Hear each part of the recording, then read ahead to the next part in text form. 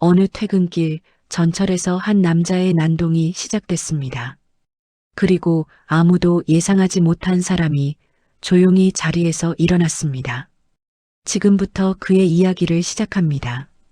평일 저녁 전철은 사람들로 가득 차 있습니다. 피곤한 얼굴들, 고개를 숙인 시선들, 익숙한 소음만 흐릅니다. 그때 문이 열리고 거친 숨을 몰아쉬는 한 남자가 올라탑니다. 헐렁한 옷차림과 문신, 불편한 눈빛이 단번에 시선을 끕니다. 그의 이름은 장도혁. 하루 종일 일이 꼬였고 쌓인 짜증은 주변을 향한 분노로 바뀌어 있습니다. 그는 맞은편 젊은 남자의 다리를 툭 치며 내뱉습니다. 야, 다리 좀 치워라. 젊은 남자는 말없이 다리를 모읍니다. 객실 안의 공기가 서서히 굳어갑니다. 도혁은 사람들의 눈을 피하는 모습을 즐기듯 훑어보며 다음 표적을 찾습니다. 중년 여교사 한서진은 가방을 끌어안고 자리에 앉아 있습니다. 도혁은 일부러 그녀의 가방을 발로 건드리며 말합니다. 돈 좀 있어 보이네. 서진은 몸이 굳은 채 휴대폰을 줍니다. 신고 버튼을 떠올리지만 손이 떨려 움직이지 않습니다. 문은 닫혀 있고 전철 안의 공포는 점점 짙어집니다. 노약자석에는 낡은 모자를 쓴 한 노인이 앉아 있습니다. 이름은 박성철. 평범한 노인처럼 보이지만 그는 처음부터 상황을 놓치지 않고 지켜보고 있었습니다. 서진의 떨리는 손, 젊은 남자의 굳은 어깨, 고개 숙인 학생의 모습까지 모두 눈에 담습니다. 도혁은 비틀거리며 성철 앞에 섭니다. 어르신, 자리나 축내고 뭐 하세요? 성철은 말없이 눈을 듭니다. 흔들림 없는 시선. 도혁은 이유 모를 불편함을 느끼지만 다시 비웃음으로 감춥니다. 그 순간 성철의 머릿속에 오래된 기억이 스칩니다. 훈련소의 모래바닥, 거친 구령, 그리고 불안한 눈빛의 한 제자. 힘을 과시했지만 속은 약했던 그 청년은 사고로 세상을 떠났고 성철은 그날 이후 스스로에게 묻고 또 물었습니다. 조금만 더 살폈다면 어땠을까? 지금 눈앞의 도혁은 그 제자를 닮아 있습니다. 억지로 강한 척하지만 어디에도 기댈 곳 없는 눈빛. 이 전철 안에는 아이도 있고 노인도 있고 혼자 다니는 사람도 있습니다. 누군가는 이들을 지켜야 합니다. 그리고 지금 그 역할을 할 수 있는 사람은 자신뿐이라는 걸 성철은 알고 있습니다. 전철 창밖 풍경은 계속 지나가지만 객실 안 시간은 점점 느려지는 것처럼 느껴집니다. 도혁은 누군가 자신을 피하면 화가 납니다.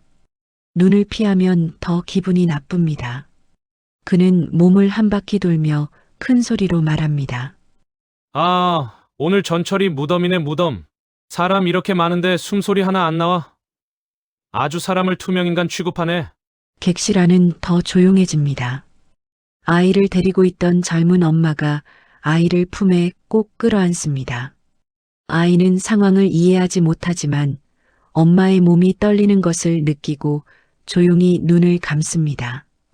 도혁은 서진이 들고 있는 가방끈을 거칠게 잡습니다. 이거 얼마냐고 묻잖아. 아줌마, 귀라도 먹었어? 서진의 얼굴이 하얗게 질립니다. 입이 열리지 않습니다. 그녀는 신고 버튼을 누르려던 손을 멈칫합니다. 혹시라도 들키면 더 큰 화가 자신에게 돌아올까 두렵습니다. 그때 문 앞에 서 있던 윤호가 작은 목소리로 말합니다. 그만하시죠. 도혁의 눈이 번쩍입니다. 그는 한 걸음에 윤호 앞으로 다가가 멱살을 움켜잡습니다. 거기 뭐라고 했냐? 다시 말해봐. 윤호의 다리는 떨리지만 눈을 감지는 않습니다. 그의 목을 대가 크게 한번 움직입니다. 객실 안의 공기는 곧 터질 것 같은 풍선처럼 팽팽해집니다. 그 순간 노약자석에 앉아있던 성철의 손이 조용히 손잡이에서 떨어집니다.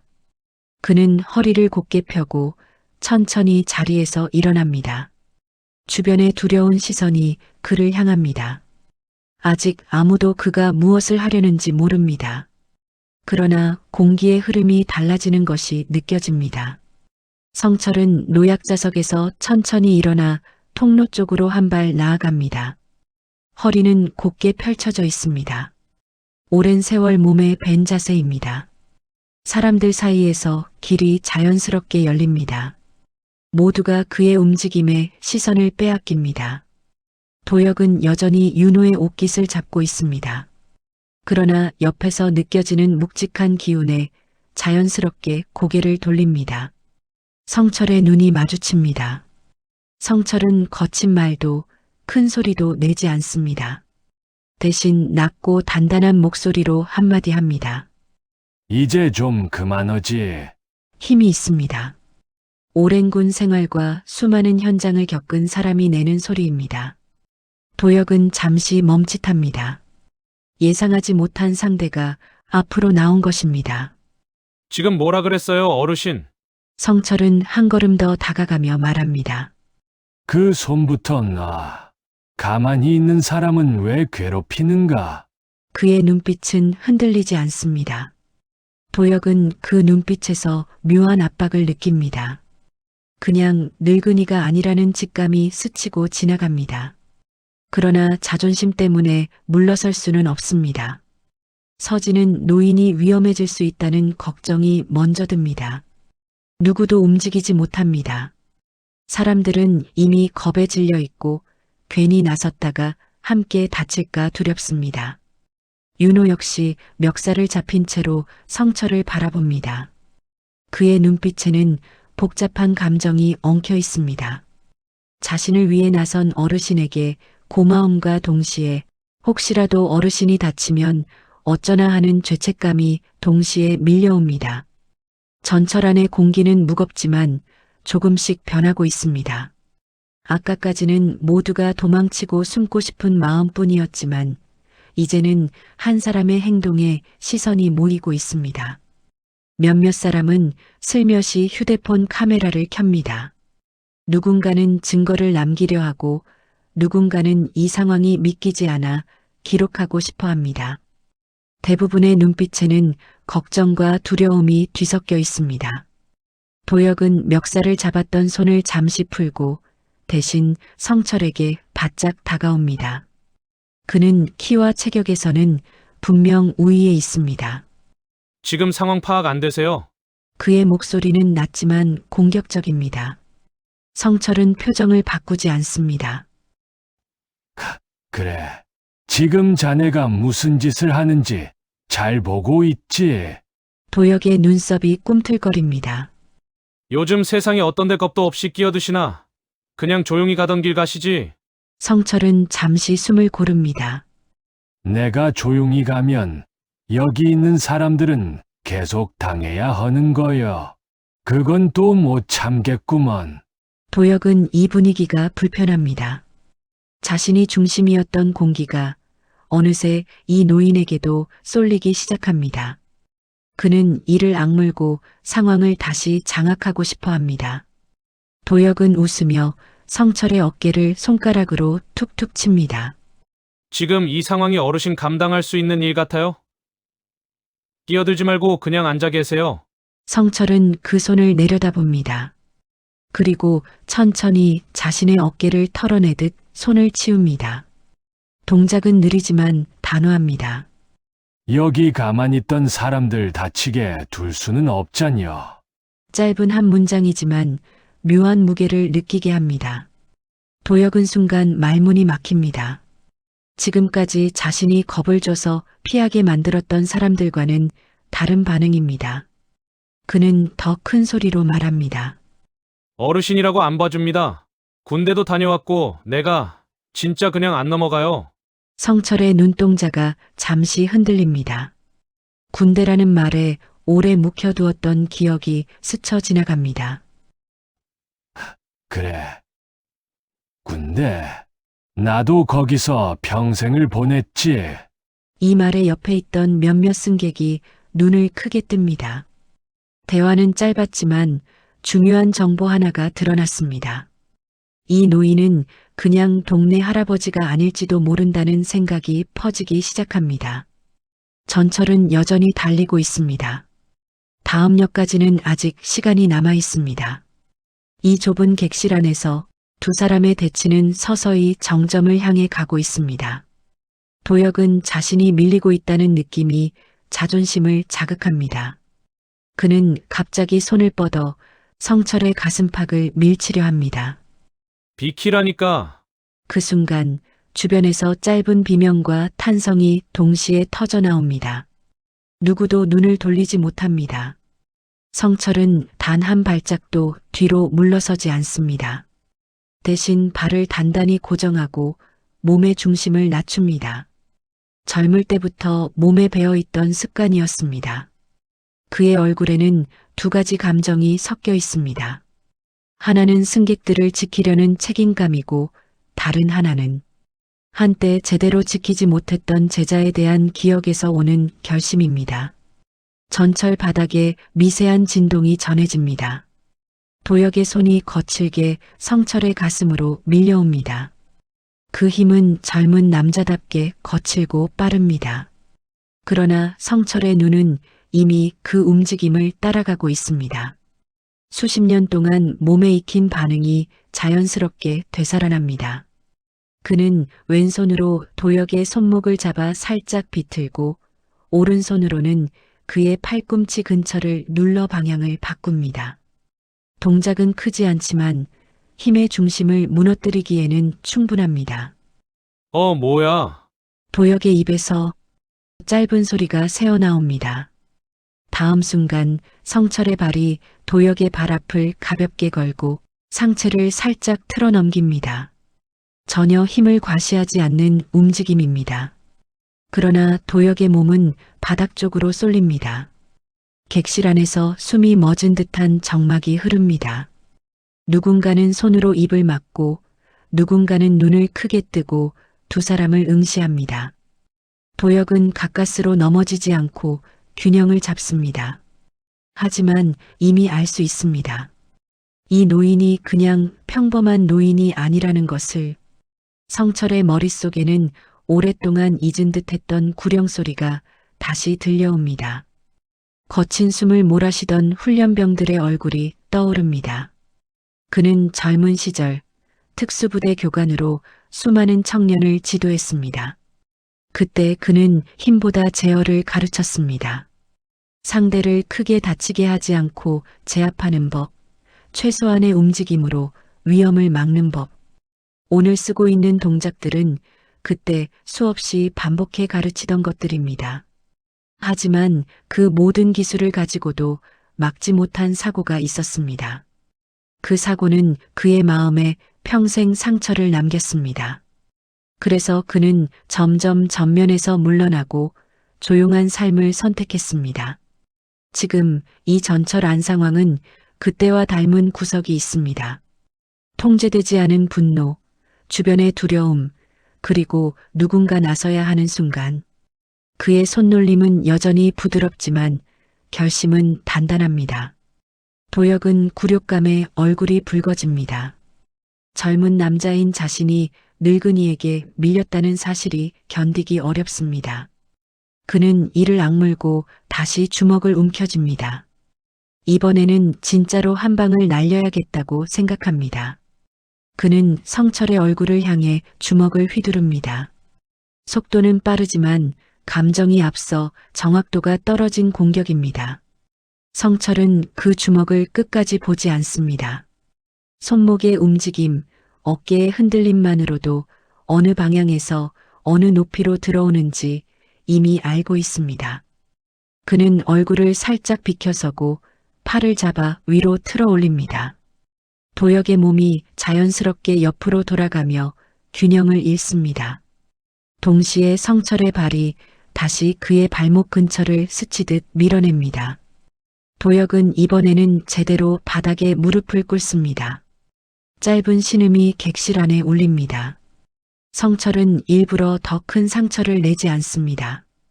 다만 다시 일어나기 전에 생각할 시간을 주고 싶었습니다. 그럼에도 승객들이 보기에는 이미 놀라운 장면입니다. 조용히 지켜보던 승객들의 표정이 조금씩 바뀝니다. 처음에는 괜찮을까 하는 걱정이 컸다면 이제는 저 어르신이 우리를 지키고 있구나 하는 안도감이 더 커지고 있습니다.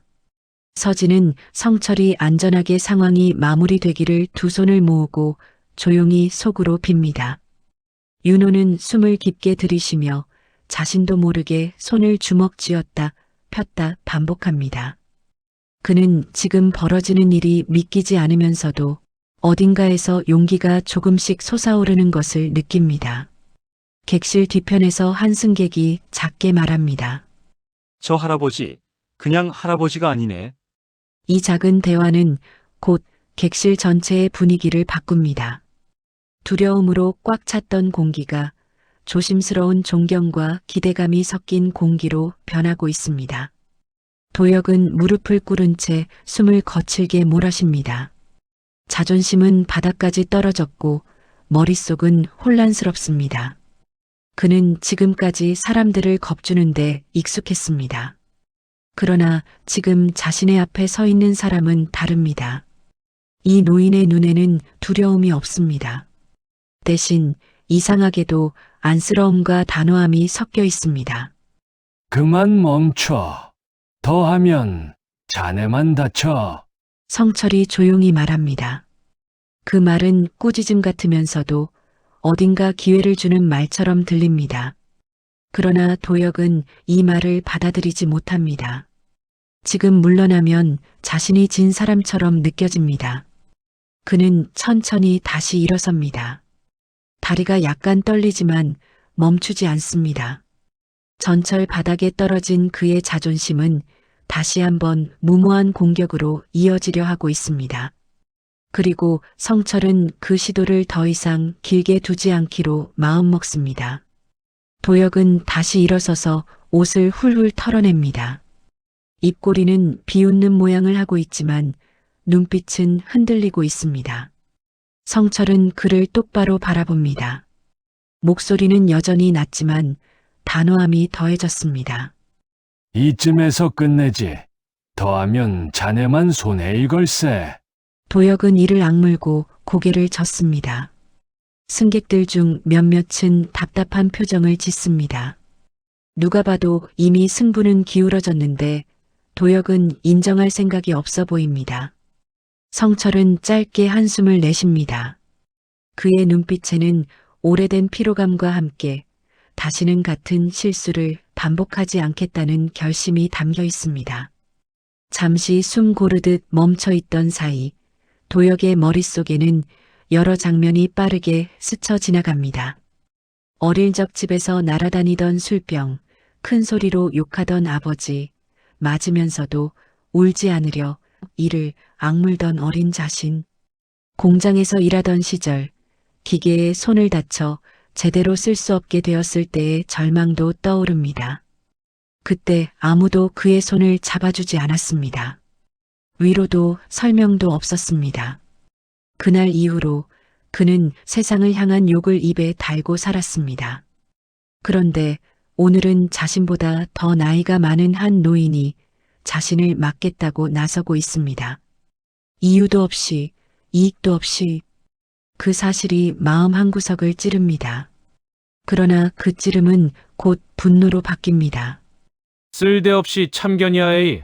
그는 작게 중얼거리며 다시 두 주먹을 꽉 쥡니다. 이 모습은 겉으로 보기에는 단순히 화나 있는 건달 같지만 성철의 눈에는 상처가 많은 한 사람으로 비칩니다. 그럼에도 불구하고 지금 이 자리에서 봐줘야 할 상황은 아니라는 것도 잘 알고 있습니다. 성철은 도혁의 떨리는 손과 핏발선 눈을 보며 오래전 자신의 제자를 떠올립니다. 그 제자 역시 모든 것을 혼자 감당하려 했습니다. 약한 모습을 보이면 세상이 자신을 삼킬 거라 믿었습니다. 사고가 나던 날 성철은 그 제자의 눈에서 도움을 청하는 듯한 흔들림을 받습니다. 하지만 그때는 훈련 중이니 스스로 이겨내야 한다고만 생각했습니다. 그리고 그날 그는 영영 그 제자를 잃었습니다. 그 사건은 그의 마음을 깊게 찔렀습니다. 지금 눈앞의 도혁에게도 그는 같은 감정을 느낍니다. 하지만 이번에는 선택이 다릅니다. 젊은 사람이 참 안 됐군. 그는 마음속으로 이렇게 말하지만 입 밖으로 내지는 않습니다. 대신 현실에서 해야 할 일을 선택합니다. 승객들을 지키는 것, 상황을 확실히 끝내는 것입니다. 승객들 중 몇 명은 이제 더 이상 두고 보기만 할 수 없다고 느낍니다. 한 중년 남성은 비상 인터폰 쪽으로 다가가 영무원을 부릅니다. 여기 객실 안에서 난동이 있습니다. 빨리 와주세요. 한 어르신이 맡고 계십니다. 다른 승객은 휴대폰으로 112에 신고를 넣습니다. 전철은 다음 역에 가까워지고 있습니다. 안내 방송이 또 흘러나오지만 객실 안의 긴장은 아직 풀릴 생각이 없습니다. 도혁은 이제 더 끌다가는 자신만 더 초라해질 것 같았습니다. 그는 숨을 크게 들이쉬고 온 힘을 모아서 앞으로 달려들 태세를 갖춥니다. 성철은 그 움직임을 보고 마음을 굳게 먹습니다. 그는 발을 단단히 고정하고 두 손을 자연스럽게 내립니다. 마치 아무것도 하지 않을 것처럼 보입니다. 그러나 그의 눈은 한순간도 도혁의 몸에서 떨어지지 않습니다. 어깨의 긴장, 발의 위치, 시선이 향하는 방향까지 모두가 다음 동작을 예고하고 있습니다. 승객들은 숨을 참고 두 사람을 지켜봅니다.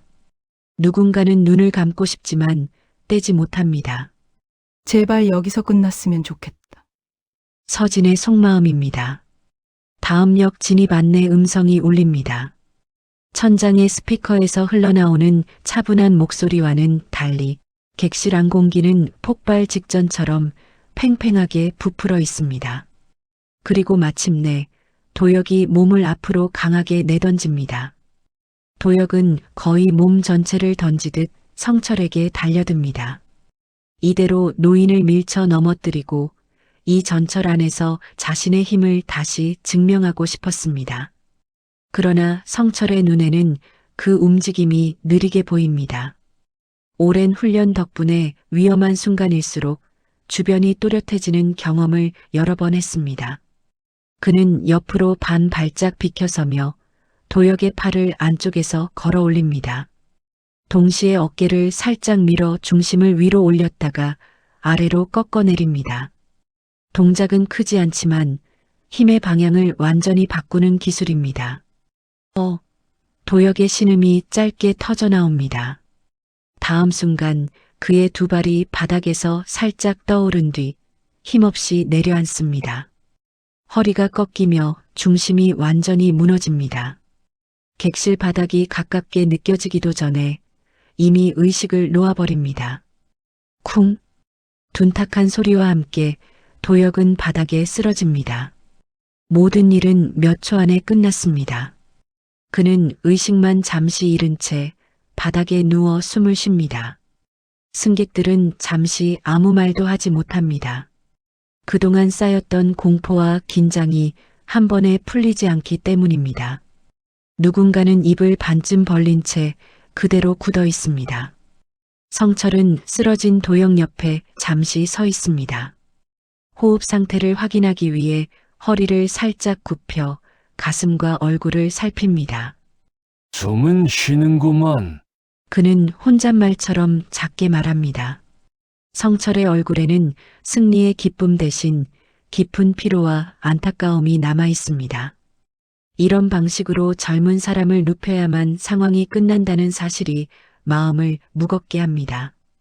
하지만 오늘 이 자리에서는 다른 선택지가 없었습니다. 잠시 후 전철이 역에 도착하고 문이 열리자 플랫폼에 대기하던 영무원과 안전요원들이 들어옵니다. 바닥에 쓰러진 도혁과 그를 둘러싼 승객들, 그리고 조용히 서 있는 성철을 빠르게 확인합니다. 어르신, 괜찮으세요? 성철은 짧게 고개를 끄덕입니다. 난 괜찮소.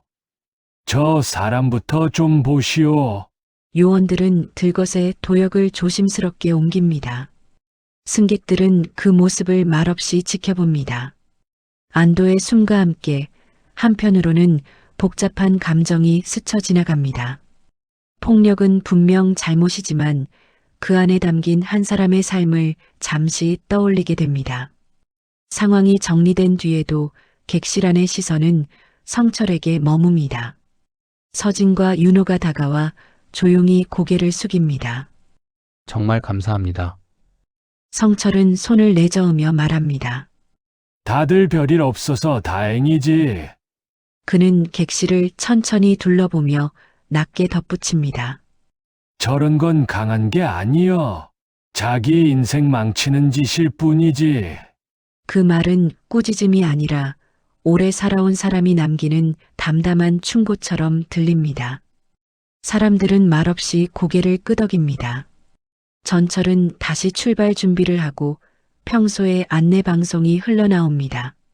성철은 모자를 고쳐 쓰고 장바구니를 든 채 천천히 출구로 향합니다. 그의 뒷모습은 평범한 노인과 다르지 않지만 이 전철 칸에 있던 사람들은 알고 있습니다. 방금 전 이 노인이 모두를 지켜주었다는 사실을. 소란이 끝난 뒤 성철은 다시 일상의 풍경 속으로 사라집니다. 그러나 오늘의 순간은 사람들의 마음속에 오래 남습니다. 진짜 강함은 소리를 높이는 데 있지 않습니다. 누군가를 지키기 위해 조용히 한 걸음 나서는 용기에서 시작됩니다. 이 영상을 끝까지 시청해 주셔서 감사드리고 구독과 좋아요는 큰 힘이 됩니다.